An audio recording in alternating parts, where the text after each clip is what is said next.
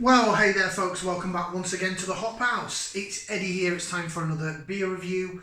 And it's another beer that I picked up in Aldi of all places. I am an Aldi shopper after all. And you all know that, you regular viewers. If you're not a regular viewer though, if you've just found us here on YouTube, welcome along to the Hop House. We'll call that because we like hoppy beer, we like good house music. Like either of those or both, give us one of those. Give us a like, share, subscribe to this channel and help us grow and get up there in the subscribers. You ready? See what we're going to review? Okay, so this is from Aldi. It's under their 10-4 Brewing range. And I'm quite excited because I just had their Session IPA. That little jobber there comes in a 4-pack for, it's under £4. It's about £4, just under. And yeah, I gave it 2 thumbs up. It was amazing. I really quite liked it. I was quite impressed. So that's really good for 10-4 Brewing. That and their New England IPA, that the first batch of it, the second batch, when it was lower in price, was pretty naff. But it's not bad going, because Aldi craft beer is very hit and miss. Right, the next one then. This is the second batch of it. So it came out, was it either last summer or the summer before? I can't remember. We've had lockdown and there's been lots going on. But it is from 10-4 Brewing and it's their India Pale Lager. So it's a crisp and hoppy lager coming in at 5.1% ABV. In a 440ml can. There's an Indian elephant, and it's sort of orangey and greeny and a bit tribal. Now, I remember having this when it first came out and I thought it was really quite good, but I think they've upped the ABV. I don't remember it being 5.1%. I just don't. I could be wrong, but my mind's gone, I just don't remember it. Right, let's get this out then. Into the glass. I've got my old Mount cider glass for this because it's a bigger can, so it'll fit more in. So India Pale Lager, so it's going to be, you know, crisp like a lager. It's going to be fizzy like a lager, but it's obviously hopefully going to have some American hops in it. Going to be a bit more hop forward. I'll openly admit I've not done a lot of lagers on the channel. I'm not really a lager drinker. I was when I was younger. I guess that's the type of beer that a lot of people, especially in the UK, start out drinking when you turn 18. I remember when my mum first bought me a pint, legally it was Hofmeister. Iyengebrouw that Sam Smith used to do, a pub that I used to go in, Sam Smith's pub, that used to get you wrecked and it was cheap as chips. And I used to drink a lot of Stella when it was stronger than it is now, and a half decent lager. But this is what we've got here. It's crystal clear. The haze is a chilled haze because this beer's been in my shed and it's pretty damn cold overnight in my shed, so it chills it down really nicely. Yeah, sort of light pilsnery colour, blondie golden, white head on it. The carbonation's actually quite mild. I thought it'd be a bit more fizzy than that. It certainly seemed to be when I first opened it, but it's sort of calmed down a bit, which is really my preference, because the reason I don't drink lager is it gasses me up. Gives me horrendous heartburn. It gasses me up because the fizz is just like, oh. There you go. That's what it looks like. Yeah. Don't look half bad, you know. It's okay. Right, should we get some aromas? Stick that into there. We're going to give it a whiff, see what we can sniff. It's a bit tinny. Piney though. Piney but a little bit metallic, which is a shame.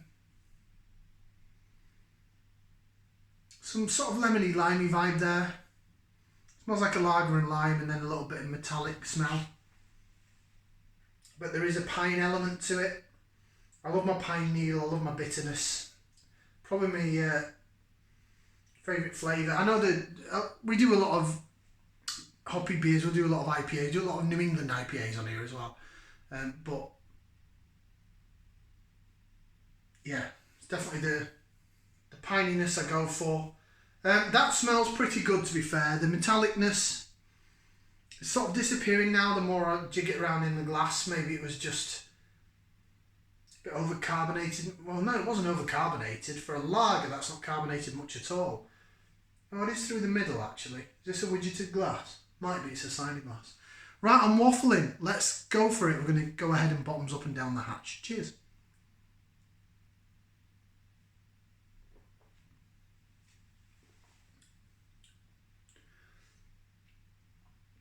that's refreshing. That's really refreshing.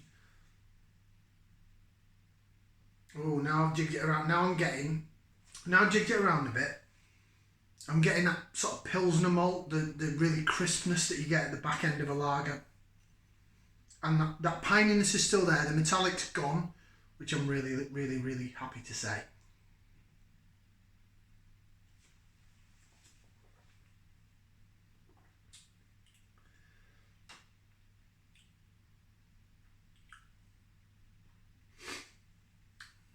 Try and get rid of some of that bloody chilled haze again.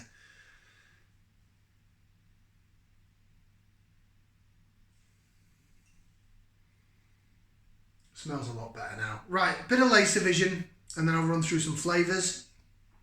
Let you know what I'm tasting. So we'll jig it around in the glass. Look at that go, look at that. There we go, reinvigorating the beer. Getting the carbonation sorted, look at that. And when you go like that, way, look at all that carbonation. Again, you can get rid of the blooming chilled haze. Wow, that's amazing. Like that. Right, flavours, bear with.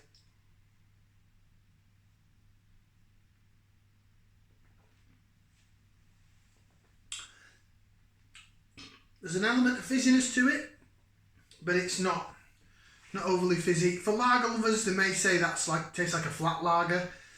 Definitely a hybrid beer. Definitely one to get those away from lager or into more hoppy stuff. The hoppiness is there. It's definitely there. But at the back end, you're getting the crispness, so it's probably got some Pilsner or lager malt.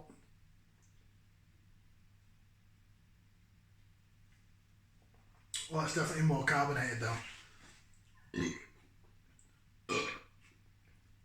Excuse me, sorry. Bear with. I know that's disgusting for you to hear. I do apologise, but that's why I don't drink a lot of lager. Oh, my giddy aunt. Yeah, I just said my giddy aunt on camera. Flavour-wise, it's decent though. Despite carbonation through the roof. Well, doesn't look like carbonated, but it goes up through the middle of the glass. It's quite deceptive.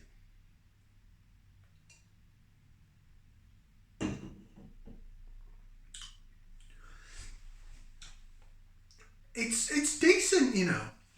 It's all right, you know. It's very refreshing. You're getting there's not much sweetness down the middle of the tongue. Lager, unless it's like Helles can be a bit sweeter. Or honey lager, like a honey type lager.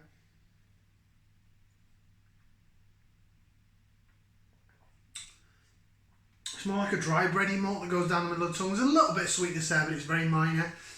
Down the sides, it's quite zippy, it's quite zingy. That's probably to do with the carbonation though.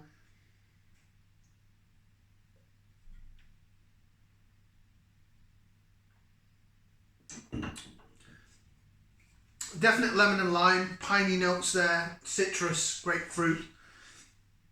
And then on the back end, you're going back to, you've got a little bit of the pine needle that stays at the back end, but you've got that lager crisp malt that you get in the aftertaste of a lager. Something like, I know, again, I haven't done a lot of lagers on the channel. You know what, I'm gonna go ahead and do some lagers just to broaden my horizons a bit. But when I say lagers, I mean good stuff. So I'm on about like Czech, like Staro Pramen, you know, some of the German lagers that are really good, the Pilsners and stuff like that. That's the kind of lagers, the Helles lagers. They're the kind of lagers I want to do. Craft, not craft, but you know, I ain't going to do Carling, I'm not going to do Foster's. I'm not going to do Stella. I'm not. But, you know, I may venture into other things. And you may think, Eddie, shut the F up, what are you talking about? This is from Aldi. It's about £1. It's reduced at the minute down to £1.19 a can. It was originally £1.59. It's 5.1%. That is a decent beer. Well, I like it. Right, India Pale Lager then. It doesn't tell you much because these never tell you who brews it or what's in it or any of that crap. It just gives a bit of bump on the back. So 10-4 Brewing, India Pale Lager. American hops give a fruity note to Give this clean, soft lager complementing its light bitterness, citrus and honey-like flavours. Didn't pick up any honey. I picked up crisp malt. I picked up citrus, pine needle definitely. Although saying that, I've had that session IPA, that was quite piney, so what I've said before on the channel, what you can drink before can affect what you drink after. Got a glass of dregs in there. Obviously it's not can conditioned. Yeah, that is lovely. Really like that. I remember we were going on a works do. Well, some people say it's what gave me COVID over Christmas. We went on a works do at Christmas, and me and a friend of mine who also lives in Telford, Rob, got on the train, and I just grabbed a couple of cans out of the. Put a couple of cans in the fridge, and I just so happened that this was in there, and I grabbed him that, and I had. I think I had the Williams Brothers Perfect Storm when that was out in 4-packs. What a beer that was, and that's what we had on the train, and he loved that. And you know what? So do I. So 10-4 Brewing, again, the New England IPA, the first batch of it was really good. That session IPA is good. The Brute IPA and the double IPA were not good. So again, like Aldi, these craft beers from Aldi, it's very hit and miss. But if you're on a budget, or you just want a few cheap beers, you don't have to be on a budget. You know, I'm not saying that everyone's poor out there. But if you just think, oh, I want a few beers and I don't really want to spend a lot of money, get a 4-pack of that, and get a can or 2 of that.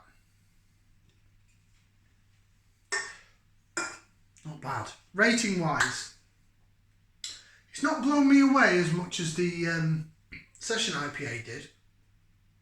I'm going to give it a 3.5. It's a 3.5, so that's 3.5 that way. 3.5. Whichever way you want to look at it.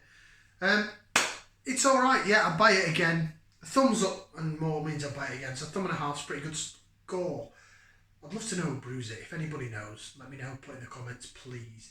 Thank you very much for watching. Like, share, subscribe. We'll see you again for another beer review right here on the Hop House. Ciao for now, people.